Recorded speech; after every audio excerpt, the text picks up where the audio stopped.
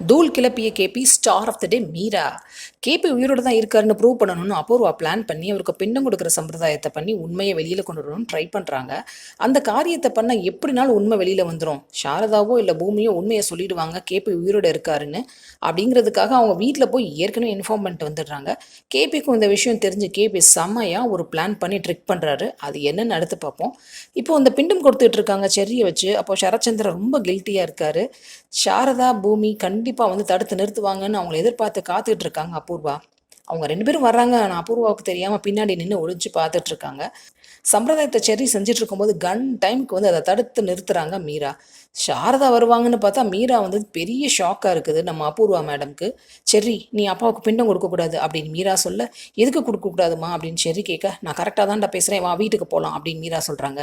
புரோகிதர் சொல்கிறாரு, அம்மா அப்படிலாம் பாதியில் நிப்பாட்டக்கூடாதுமா அப்படின்னு சொல்ல, சரச்சந்திரா சொல்கிறார், கிறுக்கா பிடிச்சிருக்கு, ஏன் மீரா இப்படிலாம் பேசுகிற அப்படின்னு அவர் சொல்ல, எனக்கு கிறுக்கெல்லாம் பிடிக்கலண்ணா, செர்ரி அவங்க அப்பாவுக்கு வெண்டப்பிரதானம் பண்ணக்கூடாது அப்படின்னு சொல்ல, யார் சொன்னது உனக்கு அப்படின்னு சரச்சந்திரா கேட்க, யாரும் சொன்னாங்க, நான் நிப்பாட்டணும், அவரே தான் சொன்னார் அப்படின்னு சொல்ல ஷாக் ஆகுது எல்லாருக்கும். என்ன கேபி சொன்னாரா அப்படின்னு சரச்சந்திரா கேட்க, ஆமாம் அவர் தான் அப்படின்னு சொல்கிறாங்க மீரா. அப்போ கேபி உயிரோடையா இருக்காரு அப்படின்னு சரச்சந்திரா கேட்க, மீரா இல்லை அப்படிங்கிறாங்க.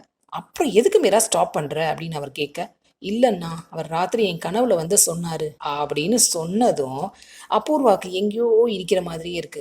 மீரா, நீ செர்ரியை வச்சு எனக்கு பிண்ட பிரதானம் கொடுக்க சொல்லி பெரிய தப்பு பண்ற அப்படின்னு கனவுல கேபி சொன்னதாகவும், பெரிய பையன் தான் இதை கொடுக்கணும், பெரிய பையன் கொடுக்கலன்னா நான் சொர்க்கத்துக்கு போக மாட்டேன் அப்படின்னு கேபி சொன்னாருன்னு மீரா சொல்ல, கண்டிப்பா அதுல ஏதோ உள்குத்து இருக்குன்னு அபூர்வாக்கு புரியுது.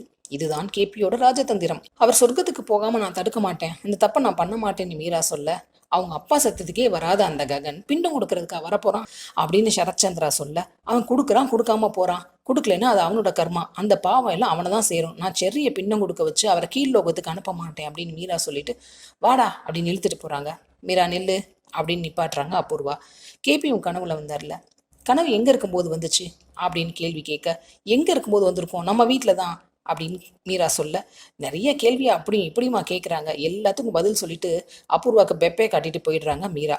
எல்லா பிளானும் ஸ்பாயில் ஆயிடுச்சுன்னு அபூர்வாக்கு ஒரே ஹார்ட் பிரேக். அடுத்து அபூர்வா தோண்டி துருவி எல்லாத்தையும் கண்டுபிடிக்க போகிறாங்களா? வெயிட் பண்ணி பார்ப்போம். சீரியல் அப்டேட்ஸ்க்கு எங்கள் சேனலை சப்ஸ்கிரைப் பண்ணுங்கள். மீண்டும் அடுத்த அப்டேட்டில் சந்திப்போம்.